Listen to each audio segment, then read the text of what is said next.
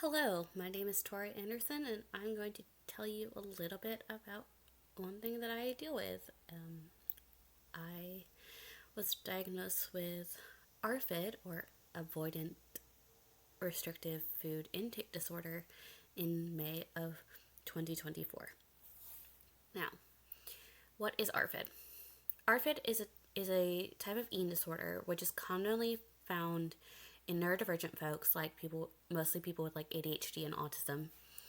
Um, It is usually diagnosed in children, but can be diagnosed at any age. I mean, I was 27 when I was diagnosed.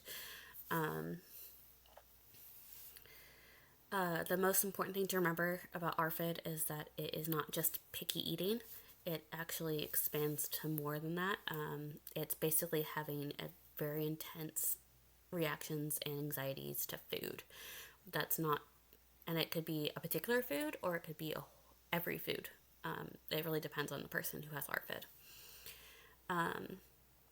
Under the umbrella of ARFID, there are three subcategories. Um, a person with ARFID can have only one of the categories or could have all of them. Each subtype results in major food anxiety and unwillingness to try new foods. This can cause a person to have a very limited diet. A lot of people see people with ARFID and have like very few foods that they can eat.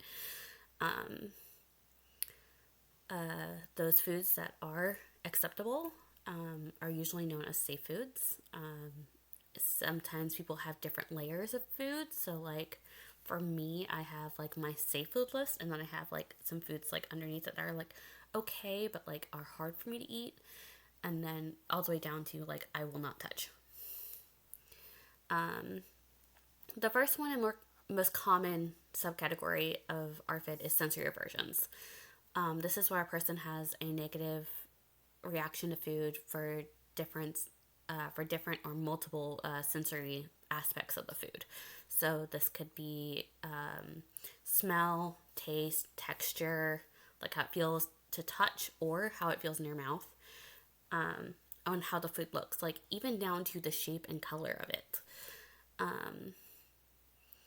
In severe cases, people can limit their safe foods to a specific brand. So, for example, like for me, one brand of mac and cheese is going to taste different than another brand of mac and cheese. Even though mac and cheese is a safe food, there are some brands I prefer more than others. Many autistics, ADHDers, or ADHDers, those with autism and ADHD, with sensory processing disorder are at risk of developing this subcategory of ARFID. The second category subcategory is fear of consequences.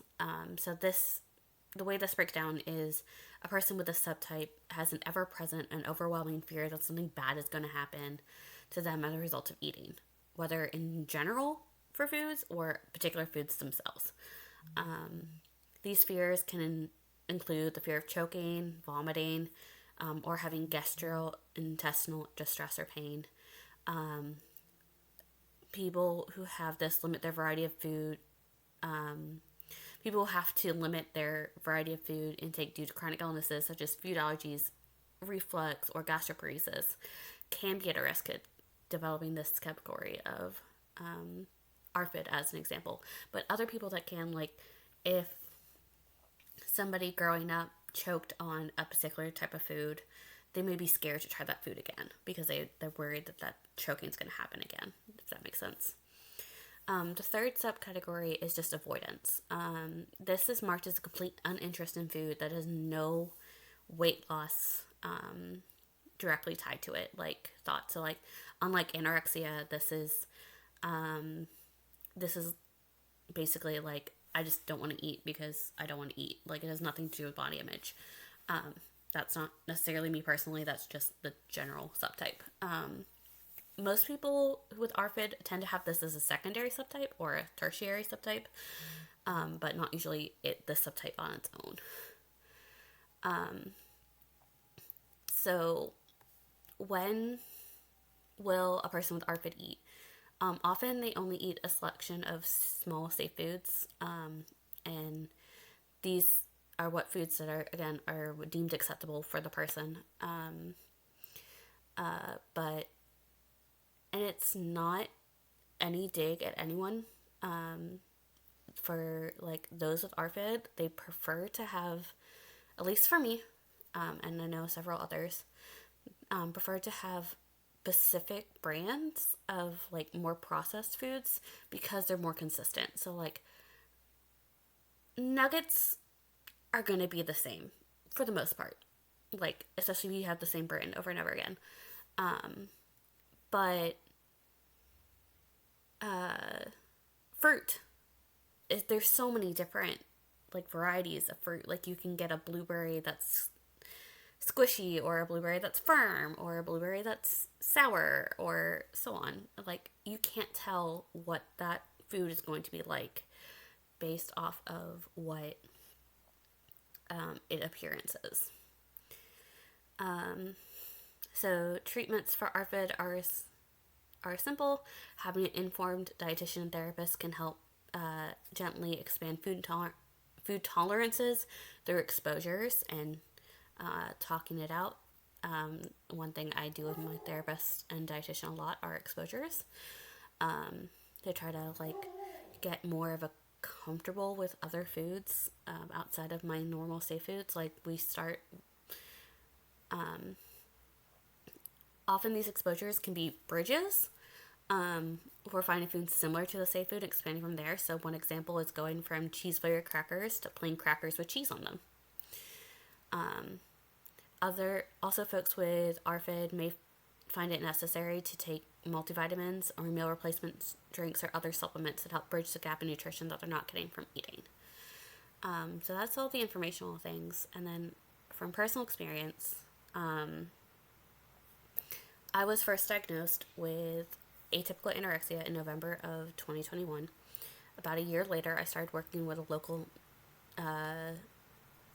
eating disorder informed dietitian. She and I focused on that particular disorder and worked on expanding my recovery. I moved out of my parents' house about a year after starting working with my dietitian, and suddenly I was in charge of my own food all the time. I started questioning the intense internal fears that I felt around food, but never had the words to describe. In April of 2024, after months of fighting those fears and losing the ability to cook due to chronic illness, I was searching for something anyone that could relate to this intense, uncomfortable aversions I was experiencing, and came across an Instagram post about ARFID. As an autistic person does, I went down a rabbit hole and learned everything I could about the condition. Suddenly things made sense. That night I messaged my dietitian and saying that I might have ARFID. Her response was validating, though a little upsetting at the same time.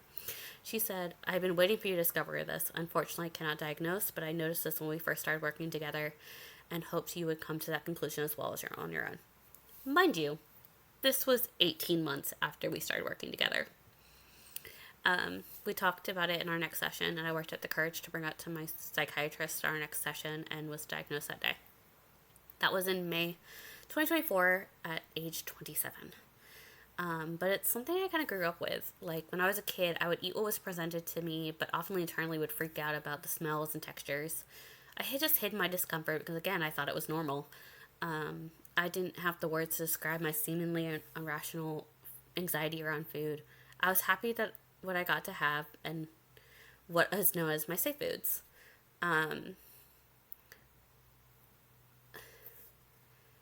What I liked most about school lunches is that the foods were divided and they didn't touch, because that's a thing too with, it's like, don't necessarily like food touching. After discovering I had ARFID, I lost a lot of the pretense. From an outsider's perspective, I regressed a lot in my ARFID. However, that was because I stopped eating foods that I found incredibly challenging. I worked around my safe foods. My dietitian and psychiatrist both recommended that I start taking a multivitamin daily to bridge the gap on nutrition that I wasn't getting from food. Since then, my dietitian and my eating disorder therapist and I have worked together to come with exposures for me to do during sessions and on my own to expand my safe foods.